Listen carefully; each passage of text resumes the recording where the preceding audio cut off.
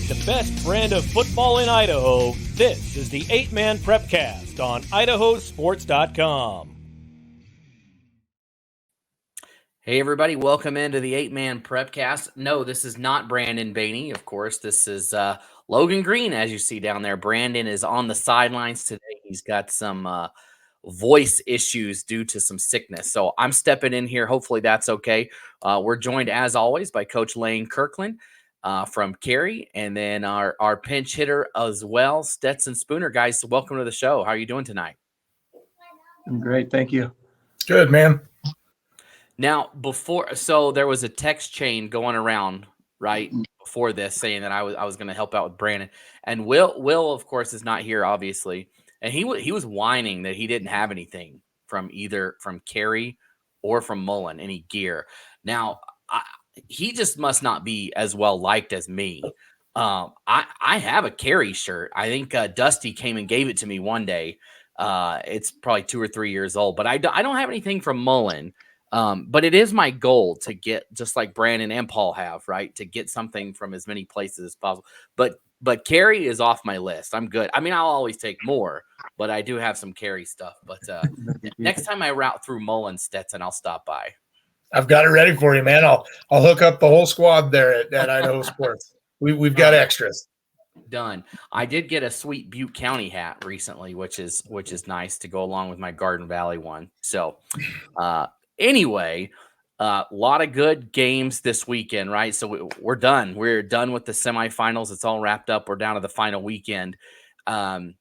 The games, honestly, kind of more separation occurred between all 4 of the games than maybe people had thought in some areas. Let's just start with the 1A Division II and go from there, right? So the opening game in the tournament, or excuse me, on Friday night occurred in Gooding. So they met not really halfway, but closer to Camas County. It's funny, I stopped in the gas station in Fairfield on my way to Arco, and there was a couple kids in there like, oh, we're going to the game. Just eavesdropping and their excitement, which was fun to see. But Camas County hosts Rockland in a game that the Mushers get it done. Kind of went the way that everybody was expecting, but a little bit closer in the first half than what everybody thought. What were your thoughts on the game, Coach Kirkland? I talked to Coach Kramer on the phone. I think it was yesterday, and kind of gathered some things that he shared with me. And he felt that they had a kind of a rough start. That first half had 3 turnovers and things, and like they needed to clean some of those things up. And it was a little difficult to tackle old Teague Matthews with those long legs. But once they got going and rolling, I think they were pretty darn hard to stop and put up the number of points they have been all season long, and did their thing on a great Gooding field, and an opportunity to advance all the way to the championship, baby. What an opportunity for the Mushers. Yeah. You talked about Teague Matthews. If we'll talk about the losing side just for a second here, Teague Matthews, and I listened to the Prepcast last week, where you guys were talking about what an athlete he is, and he is a freak athlete. I was there for the game against Tri-Valley, and that guy is made in a factory, so to say, right? He shows up for practice, and the coaches, I'm assuming, is just like, this is our guy. Sweet, we're good for the next couple of years. He had himself a day. He played well for Rockland. He threw for 225 yards in the game and ran for 219 yards. So Coach Spooner, I'm sure you've seen players like this throughout your career, whether they're on your team. I mean, I think back to the Balls, right? They could do stuff like this when they were on the field. And then, folks you played against, how easy is it for a player like this to make a huge difference in a game? Obviously, Rockland didn't win this game, but they kept it close for a long time. Oh man, he's a generational guy. I think Coach Kirkland's had freak athletes too. Get these guys, and it always seems sometimes, most of the time, maybe at the 8-man level or just the high school level in general, that you get these freak athletes, and but they're 5 something, or they're 180. They're not too. Boy, if this guy was 220, man, if this guy was 6'4", Teague's that guy. He's he's got you mentioned the balls and Luke Trogdon. I always said if Luke Trogdon was 6'3" and 225, he'd just be a different animal type of thing. And he was good, no doubt. But Teague Matthews is kind of the whole thing. He's the guy when you look at your great athletes and go, yeah, but they're just missing this and they're just missing this. Teague's got it. He's got the whole thing from head to toe. He's an outstanding talent, but it's hard to tell as a coach because I don't know Teague personally. I've never coached him, but sometimes you just get that vibe that he's a great young man to coach. He's a great leader. He's coachable. He's the driving force on and off the field. He's the guy that does things the right way, does the right thing when nobody's looking, the character in class kind of guy, and all that piled on, all that talent. That's a pretty special thing to coach. And against a Camas County team as good as they are for I don't want to, shoot down those other players on Rockland. Like we said last week, somebody's got to catch all those passes that he's throwing. But he is that driving force. And for one guy to make a difference that big and hang on that long with a team like Camas, that's pretty dang impressive.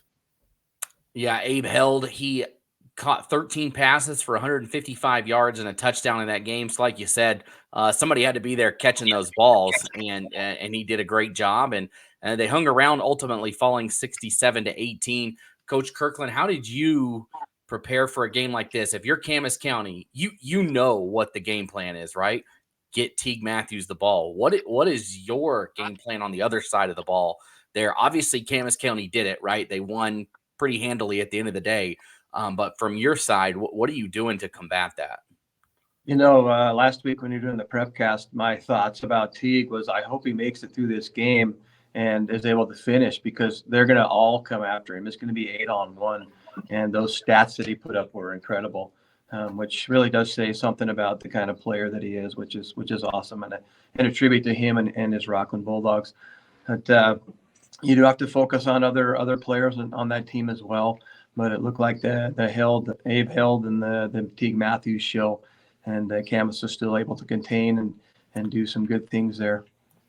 Yeah, so Camas County gets it done, right? 67-18. This is their first state championship appearance since 1981. And I was looking through the record books this weekend, and I can't, at least the IHSAA books, they don't have anything past the late 70s.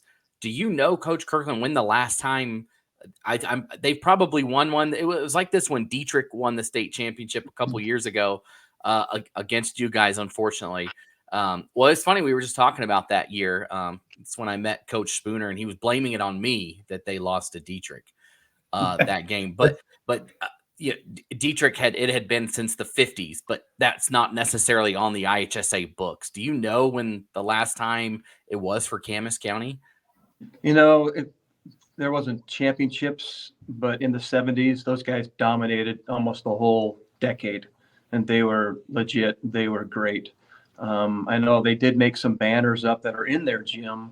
I think there's 4 of them with 4 different /titles on them. Mm-hmm. Before there were titles, but years they went all undefeated and were the legit team in the county, in the state, really.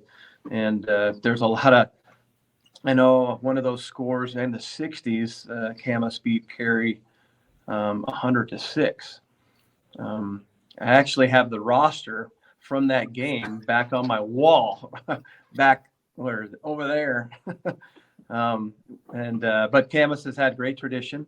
They've always been true fighters, and I've loved the game of football. Randy Jewett over those years has been a staple there, and he coached Coach Smith and Coach Kramer back in the day, and worked with those guys. And here they are taking the team to the championship now, 41 years later. Awesome. Yeah. So again, they're going to play in the state championship Thursday night at the Kibbe Dome up north. And the opponent is not anything anybody did not expect coming into the season. It'll be the Kendrick Tigers. We'll talk about their game in a minute. But if you're Camas County, you just took care of a great player in Teague Matthews, right? And he did put up yards. He put up almost 500 yards of offense through the air and on the ground. Camas County still gets it done. They were able to still win that game. pretty big.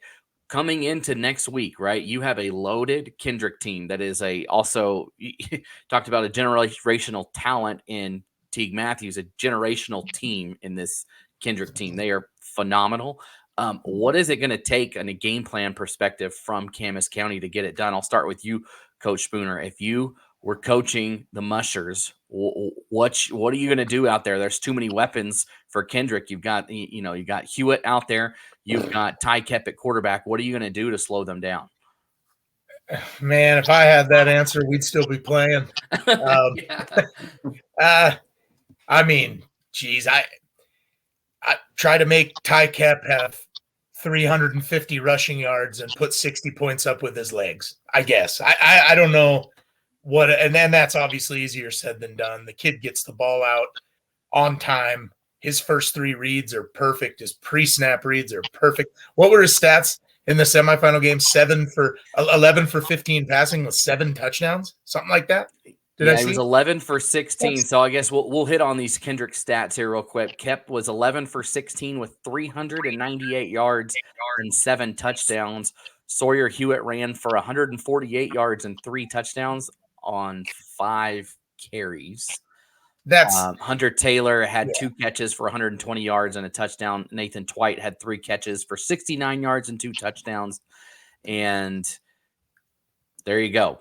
Taylor also returned an interception, 50 yards for a touchdown, and Hewitt caught 4 touchdown passes, giving him 7 for the game. So doesn't matter which way you cut it. There's weapons all over this Kendrick squad. Yeah, the efficiency is the scariest part. And we touched on it last week. Those bigs up front, they give Ty Kep all the time. They give the lanes for these guys to do what they're doing. And obviously you can't take anything away from either coach. And I definitely am not saying that a team as talented as Camas can't go in and shake up the world and win this game. Boy, it's just crazy though. You look at Camas, and to me, they just line up. And we talked about it kind of last week. There's not a ton of trickery up front. They're good enough and big enough to just line up and kind of pop you in the mouth, as the old saying goes. The difference with Kendrick, and I think Camas is obviously one of 2 of the best teams in the state at doing that. And it's worked for them, and they've won some really big games. I think Kendrick can do that too. But I give credit to Coach Hobart and his staff. Their scheme and their coverage beaters and the route combos they have and the timing and the pre-snap motion and the pre-snap reads for Ty Kep it's a really tricky thing. I mean, maybe Camas could disguise some things, kind of anticipate pre-snap motion and disguise something to maybe shock them with another. But boy, I don't know. I mean, if you can turn Ty Kep into Mike Vick, I don't know if that benefits you, because he's about as good an athlete as is out there. He might burn you for 400 yards on the ground and 9 rushing touchdowns. Who knows? So it's a tough – I don't know that the equation's out there. But I think if any team is up for the challenge, I think it's this Musher squad. They're impressive. They just have a little bit of edge, a little bit of we're going to pop you, and you can try to pop us back, but it won't work. And I think teams like that are dangerous. Camas County – has faced a little adversity, and I think they have a loss maybe to Butte County. Is that their one loss on the year? Camas County lost. Their only loss on the year was a 46-28 game against Butte County. Now that's a game that I was there. I saw that game. Yeah. We broadcasted it. Camas punched him in the mouth to start. Camas County was up early in that game. And it's really funny. I can't remember the exact score at halftime. I think Camas had a lead at halftime, or it was tied, or it was very close to that. And me and Paul were doing the game, and I leaned over and I thought it was gonna. I said it's gonna be whoever has the ball last. I thought there was a point in that game where I think there was 4 touchdowns on consecutive plays from scrimmage. Right? Wow. It was Camas scored. They kicked it off. Butte County gets it. They scored, and it went back and forth like that. And I'll talk about that more when we get to Butte County. But I think a loss like that can mean something to a squad as good as Camas County. I think they can learn something about themselves. Yeah, and the wheels kind of fell off there in the second half, and that's what Paul was like. I think one team's going to pull away in the second half, and he was right. Yeah. Butte County pulled away, but man, I mean, they came out and gave them a great punch in the mouth. And so I've seen Kendrick play both Butte County and Oakley this year. Now, the team that I thought played Kendrick better than anybody else was Butte County. Now, this is all hypothetical, right? This is, well, so-and-so beat so-and-so, beat so-and-so, which, by the way, I love that game. A couple of years ago in college basketball, you could trace Idaho State back to beating Duke, which was awesome. You know, so line them up, let them play. I think I'll take the Bengals in that game, right? Right. Obviously, that doesn't translate. That's not a real thing. But, you know, I do agree. I think Camas County has an opportunity here in this game. Coach Kirkland, what do you think the Mushers need to do to get it done against the Tigers? Yeah, in speaking with Coach Kramer yesterday, he said this team is a lot different than last year. The leadership is incredible. The ownership has completely swapped roles, and the coaches don't have to do a lot. The kids are about self-motivated, getting themselves to practice, and watching more and more game film all the time. He says they just really matured and really grown up. He says we need to play a good game with penalties limited, turnovers limited, and we need to wrap up and tackle. We got to play our game, and he said we just need to settle in and control our emotions and just do our very best. And feels like they have a good chance against a great Kendrick team. So I think it's their shot. It's their chance. They are on the road. They got a warm up kind of with that scenario last year in meeting Kendrick up there in the dome. And this time, I think it's for real, and it's going to be game on.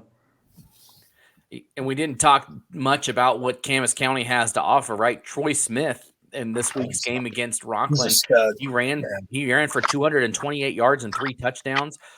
He caught 4 passes for 113 yards and a score, and also had 11 tackles and a sack on defense. That's not anything to blink at or to just dismiss. This is a good team. If we look at what Camas County has done all year long, we beat Rockland 62-12, Garden Valley 50-12. There's the loss to Butte County 46-28. But since then, 59-6 over Hanson, Hagerman 64-8, Shoshone 63-0, Castleford 67-8, Dietrich 88-18, Garden Valley 70-13, and Rockland 67-18. So there's been a lot said about what Kendrick can do on the scoreboard and how they've been rolling. But you look at that, and I think that a lot of people are forgetting about the Mushers, right? It's what they've been able to do on offense this year, what they've been able to do on defense. I think this is going to be an epic meeting on Thursday night between Kendrick and between Camas County. It should be a fun one. I honestly, I don't know what to think about this one. Coach Kirkland, what do you think is going to be the difference in this game? I think Kendrick has a great passing attack. I think Camas is going to have to find a way to slow that down. I know they're going to key on Kep. Everyone's tried to key on Kep, and no one's stopped him yet, passing or running. So they're going to still have to do that, but they're going to have to pass defend extremely well. I did text Coach Hobart, and he had a couple things he wanted to say. He says this is an awesome group of boys, not because they win football games, but how they carry themselves on, and more importantly, off the field. They have great kids. We have great kids. They have great heart, and they've worked hard to get where they are at this point of the season. He's been there before. He knows he's going to have to stay focused, and this is Ty's last game. I think some key points for Kendrick to win is not overlooking Camas, because they are there to do a job. And Coach Hobart knows he's got to play 4 quarters with those kids. They know that's coming. I'm sure conditioning hasn't slowed down, even though there's been blowouts throughout the year. And I think if they show up and do their thing, then it'll be a great game between both those clubs that really want it. Kendrick going for number 3, and Camas for their first in a long time. And I want to echo that what Coach Hobart said about his team. I was there for the game against Butte County where Dylan Waymeyer had his incident, and the game ended up getting called, and Kendrick couldn't have been. I don't know what the right phrase is. Better reacting. I don't even know. It was a tough situation, even from us in the booth to everybody around in that situation. And we'll talk about that maybe a little bit more going into the Butte County game here. But they reacted awesome. They stood out there on the field. Those kids, and I think, and you guys are around the young kids, and one thing that bothers me as a younger person is hearing all these older people bash on the younger generation. Maybe because I am one of them, but they're in the right spot. They are doing the right things, and those kids from Kendrick, they did everything right that day. They were out there shaking everybody's hands, hugging all the Butte County guys, doing everything right, and not just getting off the field. After the game, there was a GoFundMe set up that I think was talked about on here before. And if you scrolled through the donees on that, it was full of Kendrick last names. And that is the type of program they are, right? And you know what? They need some recognition for that they did everything right in that situation. And those kids have done everything right on the football field for the last couple of years. And it's a great group of kids. So Coach Spooner asked the same thing. What do you think the difference in this game is between Camas and Kendrick? I weirdly think that this is me going out on a limb, so we don't all say the same stuff. But I think that, and I'm drawing a blank. We've never played Camas. I would love to meet their coaches. Sound like they run an awesome program. It's the quarterback. I think Camas's quarterback, from what I've seen on film, he could be a huge difference maker in this game. He is a wild athlete. He is extremely evasive. He keeps his eyes downfield, and he's dangerous with his feet. But I feel like in the film I watched, at least, what did I see? I saw the game against Hagerman. I saw the game against Butte County. I felt like there were times maybe where if he decided to use his feet to further the ball downfield a couple more times, he can make you pay. And it might be just enough to convert on some big opportunities, move the sticks in some really big down and distances for their team, potentially maybe red zone stuff, where people don't seem to finish very well against Kendrick. But man, Coach Kirkland's, he kind of said it the best. Everybody's kind of tried everything to this point. Yeah. But to your point, everybody's not the Camas County Mushers roster. And I think they have a hidden toughness, and I think they're really athletic, and it kind of gets maybe even shadowed by how tough they are and physical. You kind of lose track of, well, they're just a bruiser team, they're just big and physical. They are athletic. They're not really second to many people, if any people, any other teams with their athleticism. And maybe that added toughness and having a loss and learning from it maybe is just enough adversity to push them over the edge here in the right way against Kendrick. Yeah, there's a lot of good storylines. I mean, the quarterback is Tristan Smith. That's his name, yeah. He's the twin of Troy. So okay. We got two twins out there. Gotcha. And Coach Kramer told me this earlier in the year that a couple of years ago, Troy Smith was actually in a Jeep accident back in 2017. And he broke a couple of ribs, punctured a lung, and damaged his liver, broke his jaw, and busted his pelvis. And you know what? For me, I would have packed it up and called it a day there and said, I'm done with anything. And just a heck of an accident there. He was life flighted off the mountain, and doctors were able to do what they needed to do. And he was playing competitive basketball 5 months later. That's impressive. That just shows you the type of player that comes from Camas County, right? What happened there, able to get it done. And, when I talked to Coach Kramer, he said that this was going to be his final year coaching. So he wants to get it done. There's a lot of interesting storylines here, right? You've got Ty Kep trying to go out a 3-time champion. You've got the Smiths and Coach Kramer trying to ride off into the sunset as state champions for the first time. So both sides have super interesting storylines, and it'll be interesting to see what happens. So, all right, let's do it. We're going to make you got to stick to the pick here. Who do you pick, Coach Kirkland? I pick Kendrick. And what's your differential here? Kendrick by 20. by I 20. think, I think their execution's just clean, and that pass game's going to be a nightmare for the Mushers. Coach Spooner. Yeah, I'm going to pick Kendrick. I may have it a little closer. I thought the last couple state titles may have had more of a gap, and they were one-score games. Coach Kirkland being a part of a couple. So I would go with. I'm going to go with about an 18-point victory for Kendrick, but 18 points in 8-man. That's don't blink. 18 points goes fast. So. No, it's not. And I listened to that episode a couple weeks ago where Coach Kirkland was saying, I don't feel comfortable. I don't switch anybody. I think it was 30 points, right, where we're not making any changes. And, 20 points, that's closer than anybody else has been all year on them. So, yeah. And one more storyline to add in there is Ty Kep is only 45 yards away from breaking the school's all-time passing record. So I would assume he gets that done either way with a win or a loss. I'm going to go that way too, guys. I'm going to go Kendrick, but I think it's a one-possession game. I think it's a one-possession game. Last year against Dietrich, a lot of people thought Kendrick was going to roll in there and just do their thing, and Kendrick or Dietrich had a chance at the end. And then I think Camus, they have just beat the same teams by as bad, and I think they're going to be right there. But I think that we've been there, we've done that before mentality gets it done. But I would be happy, just as I'm sure either one of you are, to eat as much crow on Friday morning as Camas County would be willing to serve us if we're wrong. Yeah, for sure.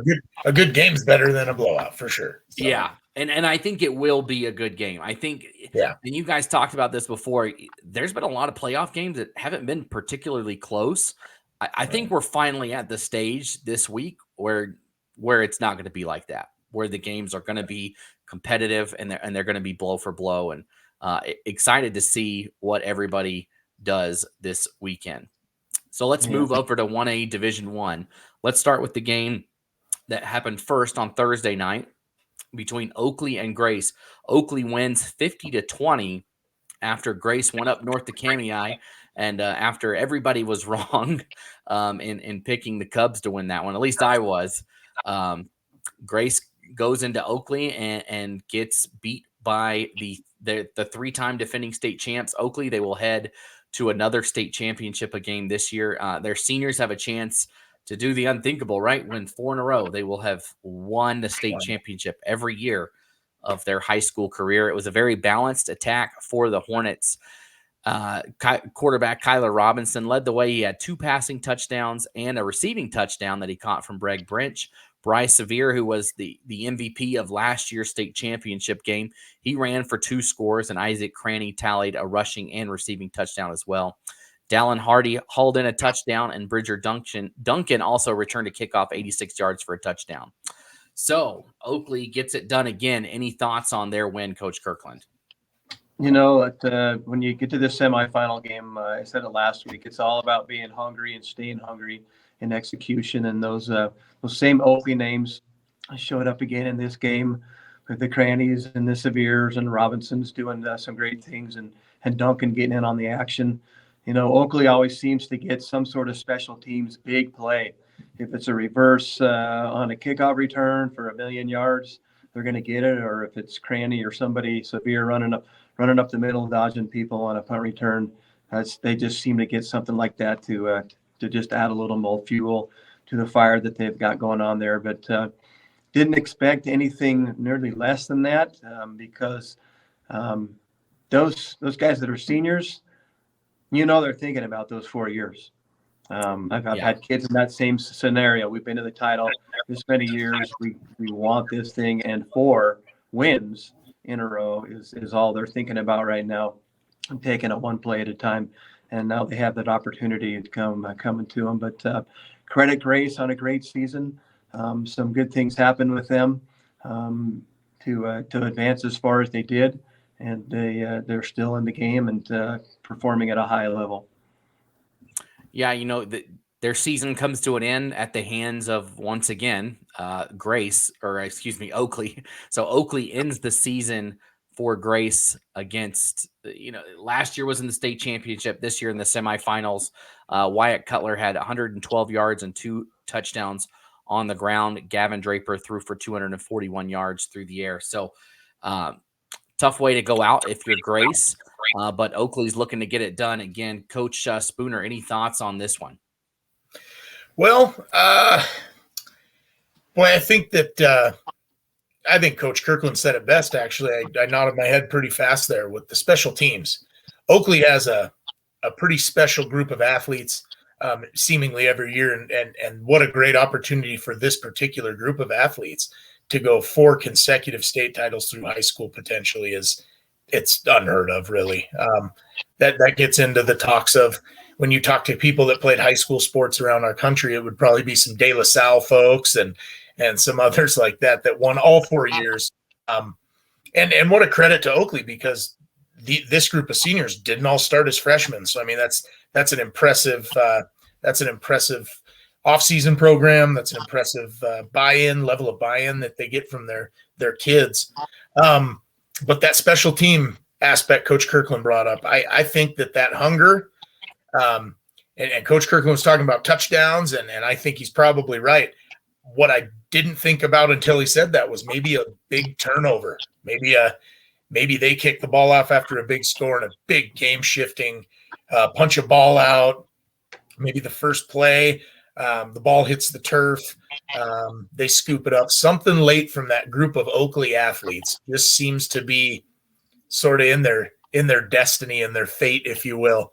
And that's a heck of a storyline. And for Butte County, I think I saw on Idaho Sports they don't have any state titles.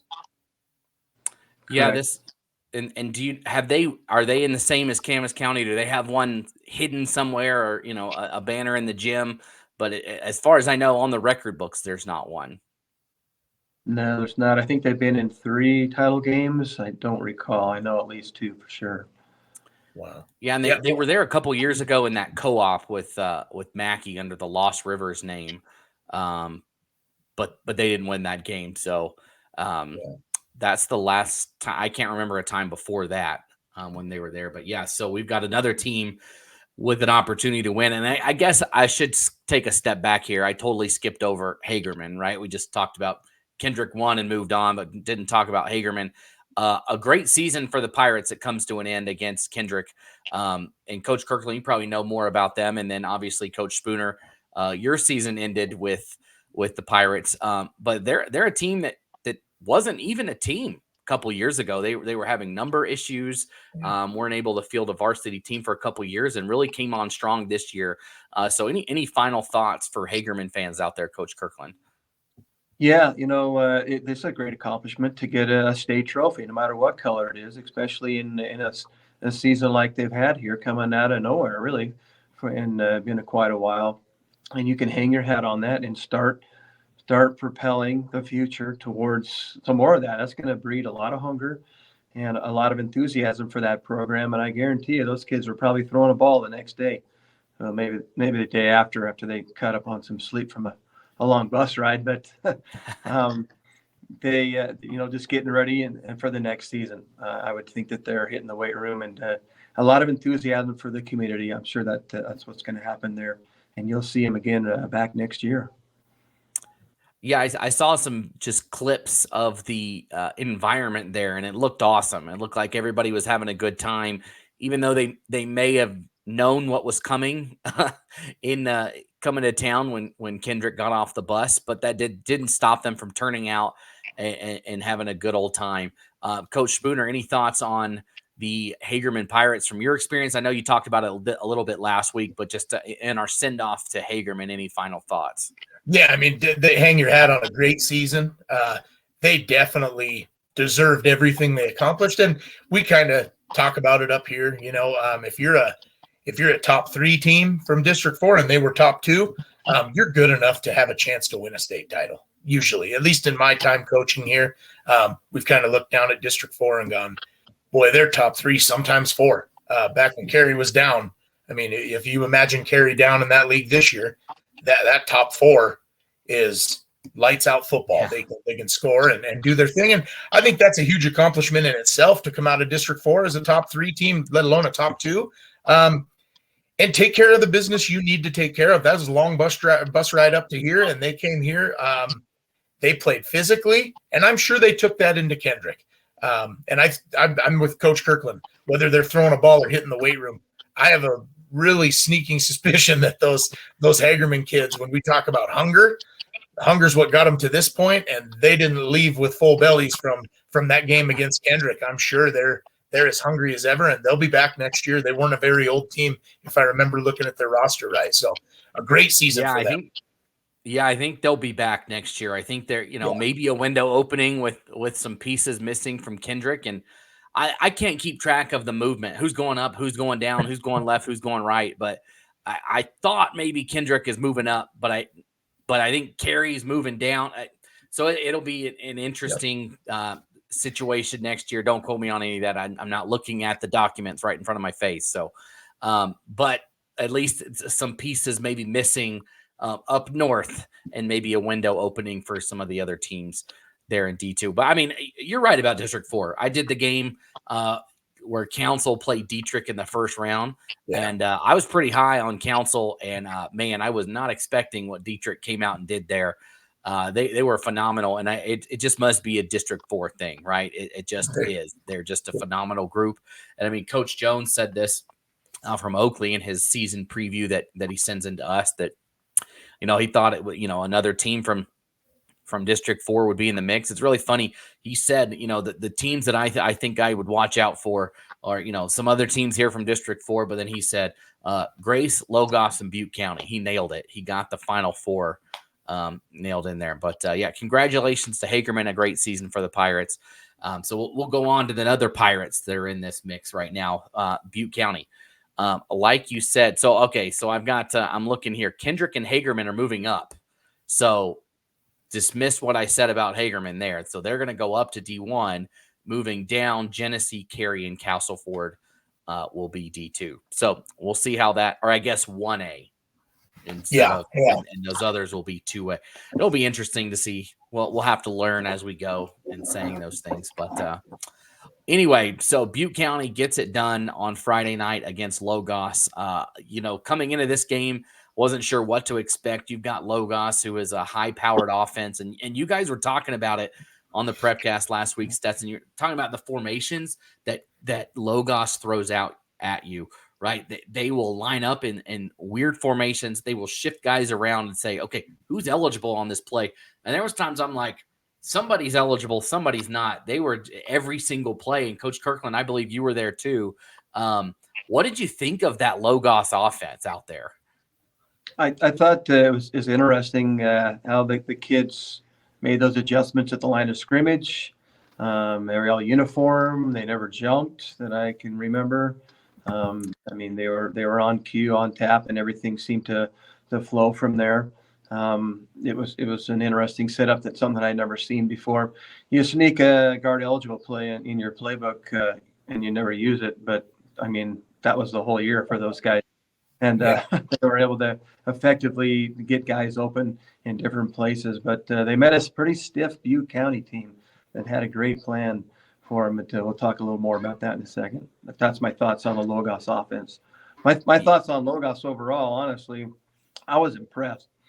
I really enjoyed watching their team walk to the sideline, arm in arm, singing some song. I couldn't quite hear it over the AC/DC I was playing.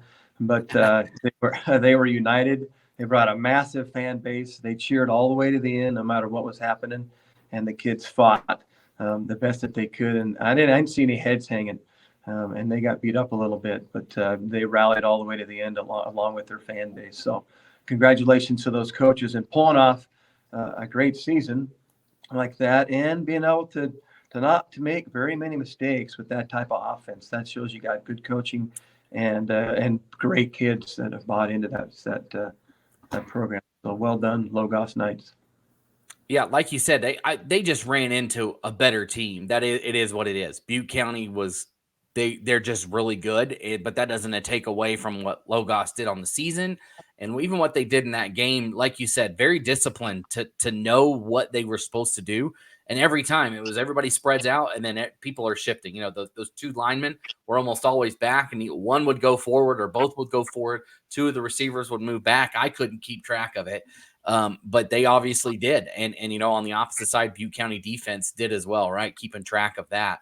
What are your thoughts there, Coach Booner? I know you guys talked about it last week, but just some final thoughts on Logos. I mean, Driscoll, their quarterback, I was looking at it, and I think he was second in the state in all-purpose in passing yards. Jack Nelson from Teton was the only one I could find with more passing yards than him. So, a phenomenal quarterback they got there and a great fun offense to watch from Logos. Yeah, I picked wrong last week. I thought Logos could do the have a little magic in their back pocket and pull off an upset. Kudos to Butte County for figuring out what the heck to do with your edge rushers and if they're going to cover a guard eligible or if they're not and they're still going to rush the quarterback. Butte County tackles very well in open space. They're an outstanding team as far as athleticism, coaching, just being disciplined. I think the world of Driscoll. I like just watching the kid do his thing. It's really impressive. Kind of like watching Ty Kep throw those corner routes to the back of the end zone. They are perfect.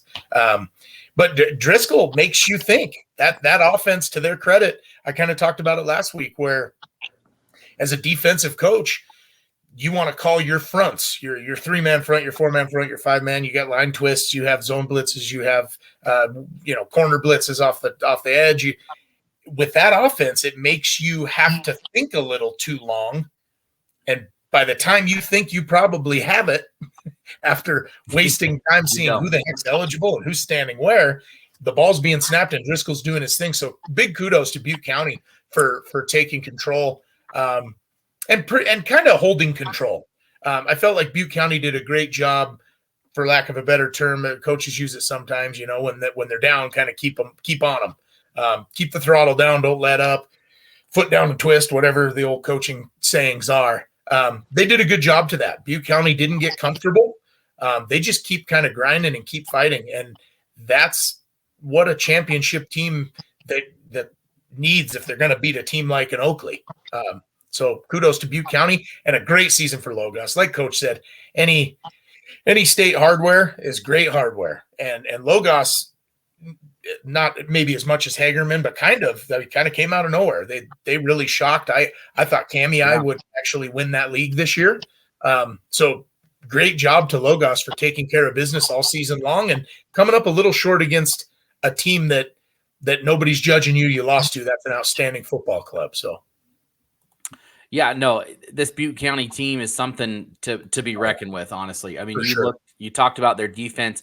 Braxton Gammett had 8 tackles in that game. Razor Duke had 6.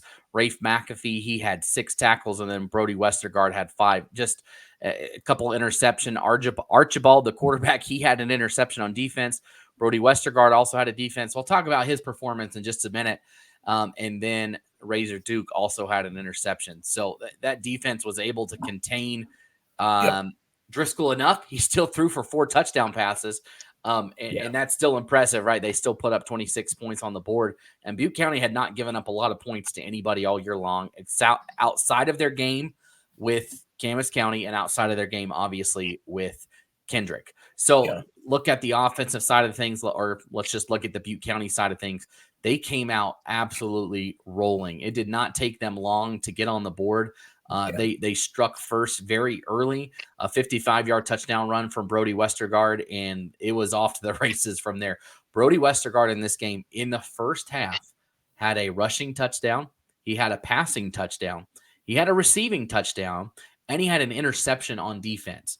I called that the Taysom Hill special, right, for the Saints. He can do everything. And Brody had that in not the game, the first half. And then he also returned a kickoff for a touchdown that got called back. If that doesn't get called back, talk about a stat line right there. To have all of that in a game was extremely impressive. So, Coach Kirkland, what were your thoughts about Butte County's performance on Friday night? Dude, that was a fun game to watch as a Butte County observer on their sideline there. The play calling was amazing. Archibald was just sick at that option, dude. He held that thing so long, and then out it went, and it was just gone. He was a tough little dude. He was so poised for a sophomore. Holy crap, that was incredible. And then the defense didn't let Driscoll run hardly at all. That was contained, and they sat back in that passing scheme and just took care of business. Westergaard was incredible. I think if I'm voting for Player of the Year, I'm picking Westergaard. That guy has done it all year long, from start to finish, game one to the very end, and just so versatile in everything that he does, and a good player, a good team. But I thought Sam and the crew called an amazing game on both sides of the football, nearly perfect. And I think they're pleased with that outcome and hoping to do the same again this next week. Yeah, Coach Thorngren sent me an email today just talking about the weapons that they have, and this is a guy, Westergaard. If the team didn't have so many weapons, his stats would be even better, which is kind of hard to imagine. But there's so many other guys on this field that that can get it done. You know, he said that he thought even maybe that he would want him to be the quarterback, but Brody wasn't too interested in that. And, you know, he has to share his plays with guys like Razor Duke, Rawson Twitchell, Keaton Archibald, Boston Anderson, Braxton Gamet. This team is very unselfish too. Braxton Gamet, a guy we talked about him, he led the team in tackles for the game. He volunteered. He can play offense. He's a weapon on the offensive side of the ball, but he volunteered to play offensive line this year. And Coach Spooner, what's it mean when your team, when you've got guys like that can make plays on offense, can run the ball, can catch the ball, can do whatever with the ball, step up and say, I know this is better for the team if I play offensive line and I'm going to do it. And, you know, what does that tell you about a team? Man, I think it says a lot to the other players, the other role players. Every team has them. And we're actually weirdly, you know, this is about the good teams that are in state titles, but to bring up my guys, we've had a slew of those guys, and it has meant it's the reason that Coach Kirkland said it was a great compliment from Coach Kirkland last year to our program up here. We're in there. We're right there kind of at the end of the year. And without guys like that, I don't think we are. All-state wide receiver and running back Sky Galloway played offensive guard every other series for an entire season. Blake Layton last year, a Mullen guy, linebacker and tight end, played in the All-State game, I think, on the other side of Coach Kirkland's sideline. He played guard the year we went as a sophomore to Dietrich. And you got to have guys like that. Luke Trogdon, another guy, played a lot of offensive guard as a sophomore. I think that says the world to those other guys. When the other guys look up and see, oh, well, he scored 5 touchdowns last week, but he's doing this to better the team and better our chances. I think that says, and maybe I should wake up and be there 5 minutes early to 6 a.m. weights. And, oh, that assignment I didn't want to do. Maybe I'll turn that in, because if I flirt with ineligibility, maybe I'm hurting the team. I think it all has a trickle-down effect, and I think that right there is the selflessness that great programs are built on. I really do. Yeah, I mean, it even starts with Razor Duke started the year at quarterback for Butte County, and he made the move as Archibald moved up. And, you know, they thought he was ready for it. They thought it was his time. And I tell you what, I've been extremely impressed with him. I've seen the team play with Razor Duke, and I've seen them play with Archibald.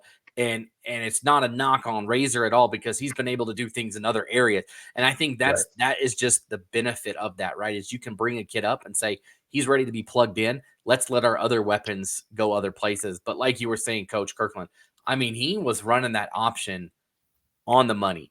And it was plays where he knew he was going to get walloped. I'm going to hold on to this ball as late as I can, and I'm going to pitch it.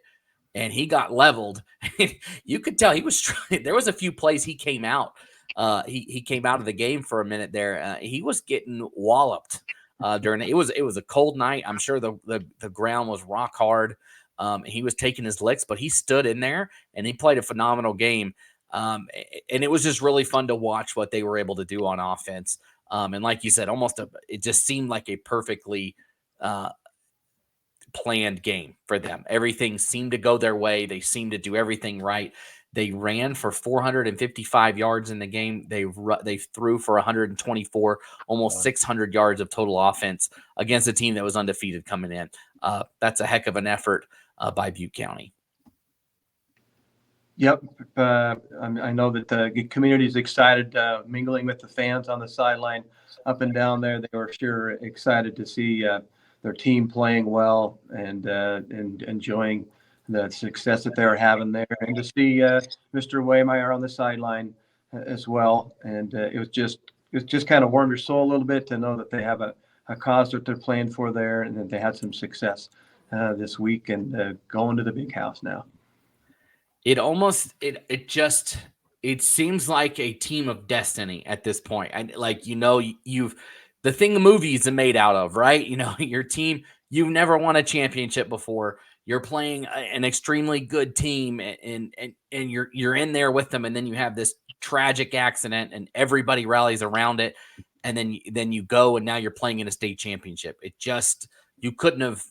The Disney writers couldn't have come up with this. It's a great story coming out of Arco, and the championship game is going to be a good one. Just like we talked about the storylines between Camas County and Kendrick, this is also full of it, right? You've got Oakley going for 4 in a row, and you can't discredit that. A team that comes in that knows how to do it and has been getting it done.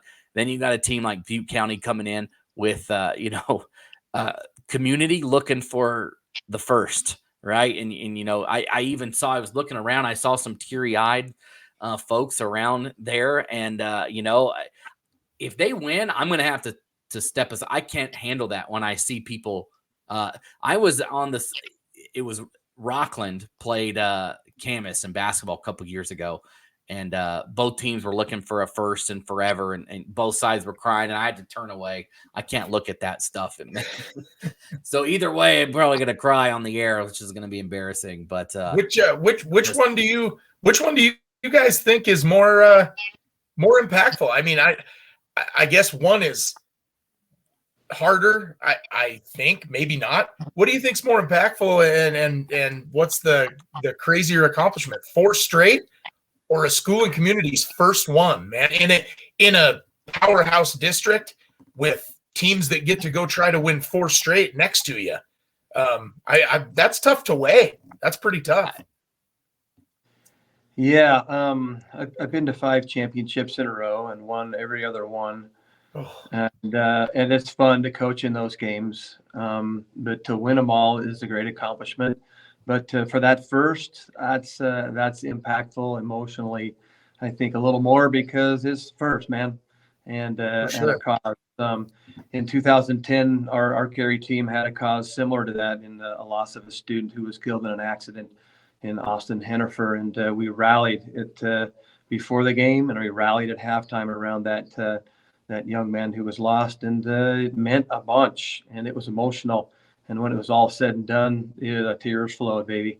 And it was a sense of accomplishment. So impactful, I think the first. Yeah, you're probably right.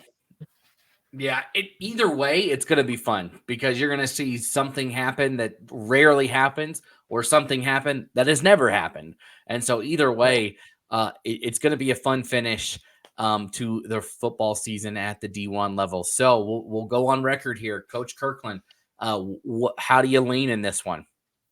Butte County by 6. Butte County by 6, Coach Spooner? I was going to say Oakley by 6. I swear Oakley by 6. I was going to say one score game Oakley. Yeah. We got an even wash here. So I'm gonna base my decision off of they played them and they played them. So I saw both of these teams play Kendrick this year, and I thought, and again, Oakley fans I have done plenty of Oakley games, and they can be mad at me, but I thought Butte County played better against Kendrick than Oakley did. Oakley returned the opening kickoff in that game. They had a kind of scored on a 4th and forever play where one of the Becks somehow found themselves. They were like on the line, and somehow they were wide open and nobody was near them. It was freak play. And those were 2 of their 3 touchdowns. And outside of that, Kendrick really had their way. Kendrick ended up winning by around 20 points. Butte County, they were making that a game in the second half. It was down to an 8 or 10 point game in the third quarter. They were there. Butte County was getting it done. They were finding ways to score until obviously that game ended up being canceled in the fourth quarter. It was either the late third or beginning of the fourth quarter. So I'm going to lean Butte County on this, just because of that. And, I think their offense has just hit their stride. But again, I'm going to go one possession game. I think it's an 8-point game, somewhere 8-6, somewhere in there. It's a one possession game. And the one thing that worries me though about Butte County, and this is, I had a conversation with somebody there about this, is their inability to convert on 2-point conversions. They might have only gotten one on Friday. They left a lot of points on the field. And if they are not able to convert, then that can change like that. If Oakley is able to stay in there and take those shots, but then stop them on those 2-pointers, and then they go down and score and convert theirs, we got ourselves a different ball game. Another thing that sometimes Butte County, they score so fast. And you saw this last week, Coach Kirkland. I mean, how many drives did they have that was 1 or 2 plays where, I mean, when you're good, right? And you can run the ball with Archibald, you can do it with Westergaard, whoever it is. What if they need a long drive? Are they going to be able to put it? I'm sure they will. But they score so quickly. So lots of interesting storylines there, and that one should be a fun matchup between those two. Are you going to the game, Coach Kirkland? I haven't decided yet. I keep leaning more of that direction every day that passes. We'll see. I'm not sure yet. I've been to Pocatello so many times in the last month. I don't know if I want to drive over there again. Too many times. Yeah. Awesome. Well, it should be fun. Thanks, guys, for joining us tonight for the 8-Man Prepcast. Any final thoughts before we sign off here before championship weekend, Coach Spooner? No, I just want to say thank you again to Idaho Sports. I'll say it every time I'm ever on here. What you guys do for high school kids and shining light on their accomplishments, like we did for Grace and Logos and Hagerman and Oakley and all these teams, Kendrick and Butte County, and the whole slew of playoff teams, and through the regular season, those teams that may be unfortunate enough to not hit the playoffs or miss it from whatever reasons or speed bumps and hurdles lay in their way. Throughout the season, you guys shine light on tons of kids and celebrate their accomplishments. I think it's great. I think anybody who understands football and appreciates it or wants to learn more about football should click like and follow and give you guys props for what you do. I think it's awesome. So thank you guys for having me on, and I appreciate it a lot. Well, we appreciate that, Coach Spooner, and thanks for all you do for your kids up there. I mean, the coaches are nothing happens here if the coaches aren't doing their thing. So we appreciate your side of things as well. Coach Kirkland, any final thoughts?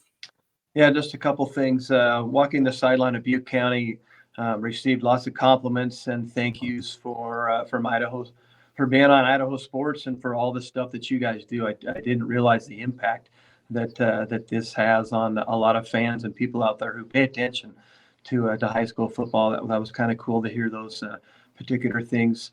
I think the 4 best teams are in the playoffs. Yes. Or in the championship games, no doubt. The scores show that, the players show that, and it's going to be a good shootout. And I guess one final shout out to Coach Kramer. He's had a great career, coached against him many years, and my dad coached against him as a player in the 90s. I recently watched one of his old high school films that's on YouTube. But congratulations, Coach Kramer, on a great year. What a way to go out, and wish you best of luck with your mushers up north, and to all the other teams that are competing. Go get a blue one and hang that banner in the gym, whoever you are. Yeah, I just want to agree with that, Coach. I think we've got the best 4. That's not always not always the case, right? Sometimes the way the brackets might be set up, you see a championship game in the semifinals, or you see it in the quarterfinals. I know in recent years that has been kind of the story, but I think this year we have the best 2 in each classification, and it's going to make these games all about these games and not about what happened last week. It is truly, I think these are the best 2 in each classification, and it should be really fun games, and we're excited to see what happens. So, well, it's good you got all those good compliments too. I feel like anytime somebody gives me feedback, it's always negative. It's always, oh, you hate my team, or oh, you don't lose this. And so it's always good to hear people are enjoying the content that they get on Idaho Sports. So that's always good. Hey, speaking of that, Butte County, I didn't mean to pick against you two weeks in a row here, just to put that on record. I just realized I did that. I don't hate or dislike anybody. I don't hate or dislike anybody. I think it's deadlocked, and I think that special teams play is the only reason I picked Oakley. That one momentum shifter. So Butte County, I'm all for you guys too. So, well, you're 0-1 picking against them, so they're okay. You think I've learned my lesson? Yeah, they're probably they're hoping you go 0-2. Yeah. And you know, that's always what I say. I have no dog in any of these fights. Right. Just love to see what the kids do and to highlight their accomplishments and the teams and the coaches and the communities, everything like that. And I was telling the folks this at Arco, Angie McAfee, every time we're there, she brings up a hamburger. Every time we go to Cary, you know, they had you guys had a parking spot out there for us that said Idaho Sports Parking. And I left with these look like cougar tails, right, from BYU. I got these donuts I walked out with. I left with a ton of pulled pork last time I was at Cary, and I was eating it all down the highway. And you can't leave an 8-man field without being fed and feeling like you were wanted there. And so that's from my perspective, to any 8-man school that we've been to, that I've been to. Thanks for all you do for your schools and your community and for us, because we do know, we recognize it, and we feel the love from you guys out there and how we're treated when we come, because it's not always the case in some places. So I always love it when I see Cary, Oakley, Arco pop up on my broadcast schedule. You know, all right, done. I'll go there. Places like that. Maybe one day I'll make it up to Mullen if Brandon doesn't always hog them. Hey, Stetson. We'll have a Shufflemeyer beef dog ready for you from Shufflemeyer. Done. You say food, I'm there. High school, actually, but we sell them in Mullen, and they're a favorite. We'll get you on. I'm always there. I just want to say, Logan, to finish up on my part, this has been the best medicine I could ever have this season after stepping down. I did not know what I was going to do.